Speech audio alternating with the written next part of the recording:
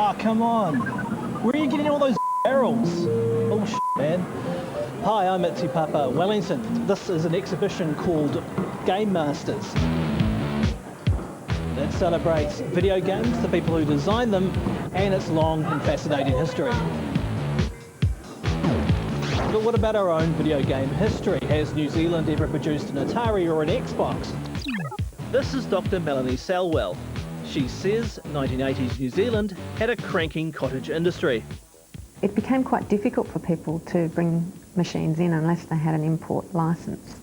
And so as, I guess, the games craze took off in the 80s, people started to find ways where they could keep costs down, but also where they could get in on the industry. The market eventually moved from arcade machines to the home console, and locals started making their own machines. And the Sportronic was one, and it was quite an early console, and it had a light gun. It was billed as the third channel, you know, for New Zealand families gathered around the TV set. Another famous name in New Zealand electronics history is Fountain, and they made a console as well, which I believe was later relaunched as the Force 2. There is one example that I showed in my talk that looks like it was produced in very low numbers, and it's actually got a sticker on the back that says it was made by CVT Industries in Barry's Point Road, Takapuna. Melanie's team is working with the New Zealand Film Archive. Now, while the archive may not seem like the sort of place that should be hoarding video games, its remit is to handle anything to do with moving images. But still, it's a very different thing to what it's used to doing. This is a fairly new area, so it's been developed as we speak.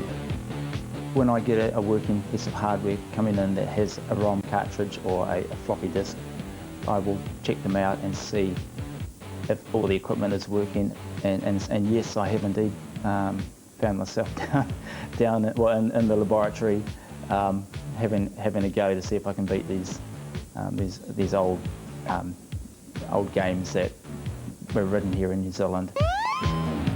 Questions of preservation are everywhere in a relatively new field.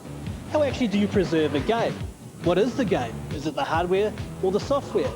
And how do you save materials that are now falling apart with age? The silicon in the chips is thought to degrade over time. And because these are newish technologies still, nobody knows how long it will last. Same with CD-ROMs, you know, it's a relatively new thing. No one knows how long before they stop working. We see that there is this race against time to get this stuff while it is still working. So that is kind of our primary goal at the moment, is just to collect this material. But first you have to find the stuff. Atari XEs aren't just littering the streets, you know. The only people who still hold copies that are working are these collectors, these retro computer collectors, who have often, really, they have become by default the archivists of this material. So this is my garage. As you can see, I keep quite a few of my computers and things in here. I've got about 180 pieces of hardware between games consoles, computers, handhelds and so on. The Apple IIc, which was one of my favourite machines back in the day, beautiful little computer that actually starred in a movie. And here's the centrepiece of Andrew's collection, the original hand-drawn designs for Laserhawk, a game created for the Atari by two New Zealanders, Harvey Kong Tin and Andrew Bradfield. Within this intricate schema lies an argument for the archiving of this strand of our cultural history. Blood and sweat was poured into this, and people enjoyed playing the results, the same as any manuscript or painting kept in climate-controlled vaults. I think it's a very crucial part of our modern history. There was this period where there was a very real vibrancy to the whole computing market. It was very new, it was exciting. I think this period, the 80s, is the moment when we're first exposed to computers, and that's my fascination with it. You know, and games from this time, games were one of the most popular uses of computers. And so really they are a record of how we became digital.